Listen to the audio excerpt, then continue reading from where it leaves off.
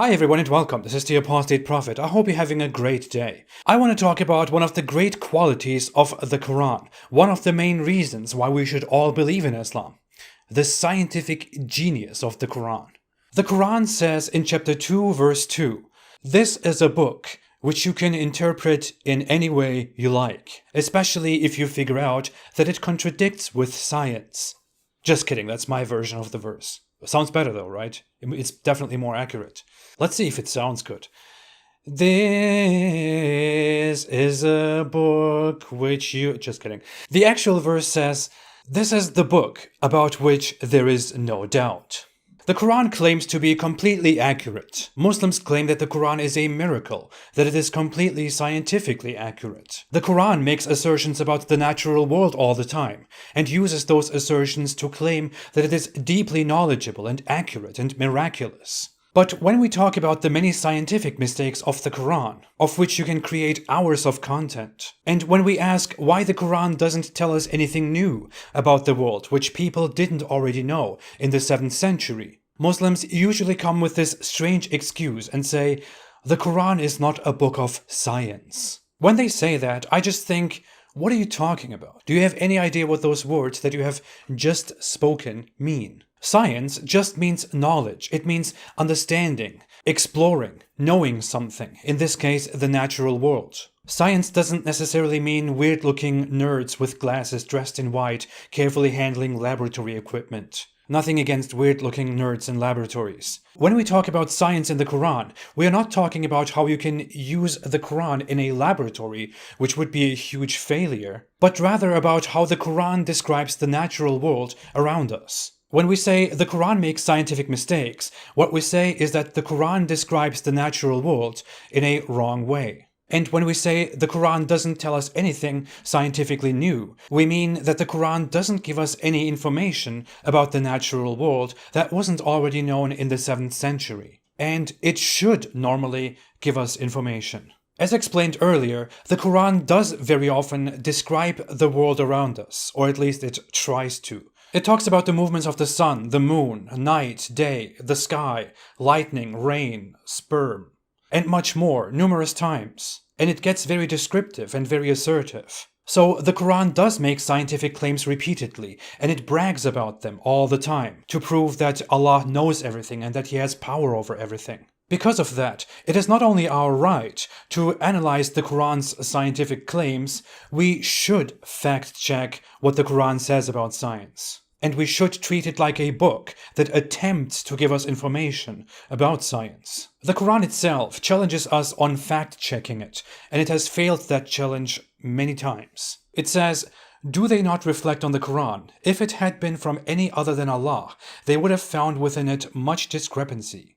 Oh, we have a lot of discrepancy. I will go ahead and say, you don't have to find much discrepancy. If you find only one clear mistake in the Quran, then that means it is not from an Almighty Allah, and the Quran, and thereby Islam, is false. Because the Quran is claimed to be the direct word of Allah, the Almighty, all-knowing Creator. He cannot make a mistake if that is true. I have already made a 1-hour video listing 60 scientific mistakes in the Quran, and I could go on and list even more. I could talk about how the Quran describes all the objects in the sky the wrong way, and how it is completely ignorant on how day and night form. But today, I want to emphasize something different. I want to emphasize the lack of information in the Quran and what this means for this book.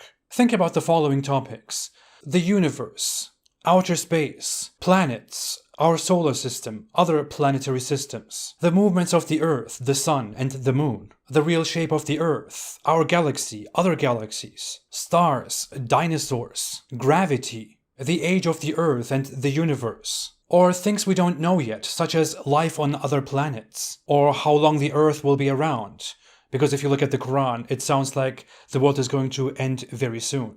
What if all these things had been described in the Quran? No, I'm not saying the Quran is wrong because it doesn't mention dinosaurs and space.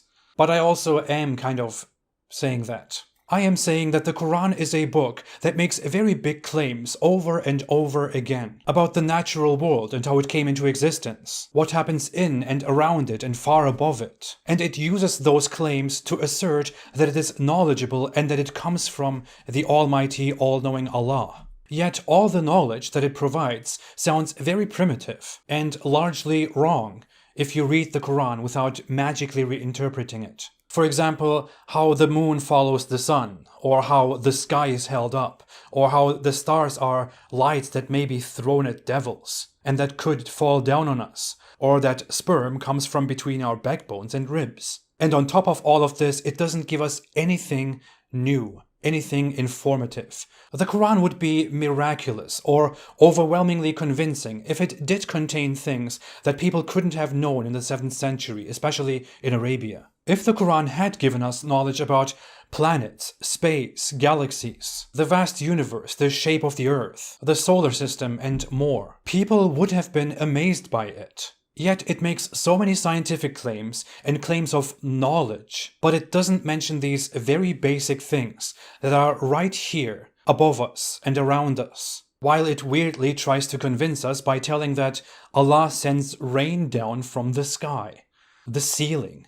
If the Quran does make these claims of knowledge, then it is supposed to convince us that it is the truth and that it comes from a knowledgeable, all-knowing creator. That's what it clearly tries to say. In fact, Muslims themselves keep telling us that the Quran was so shockingly beautiful and wonderful and wise, mostly emphasized by people who haven't even read it. So shouldn't it give us revolutionary knowledge about the natural world instead of just giving us 7th century drivel? That is why Islamic societies believed in a completely wrong cosmology until the Western scientists recently proved them wrong. No thanks to the very wise Quran.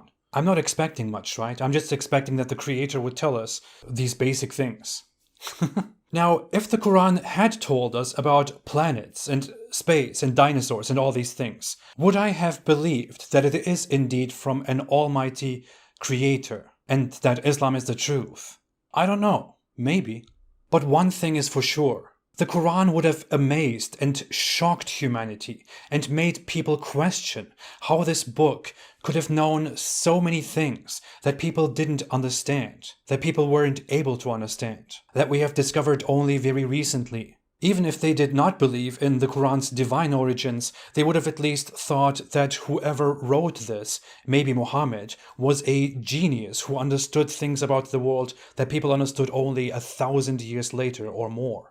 Muslims could then actually say, look, the Quran contains so many things that people couldn't know back then, and that we have learned from the Quran. Yet, if you look at the Quran as it is not only very unimpressive, it is also completely ignorant and just pathetic. It's a joke that describes a sun that goes somewhere at night. It probably takes a bath and goes to a stopping point. According to Muhammad, it prostrates under the throne of Allah, and in the morning it comes back. And all you can do to make the Quran more impressive is to beautify its cover and its text, and to recite it by singing it in a very embarrassingly dramatic way.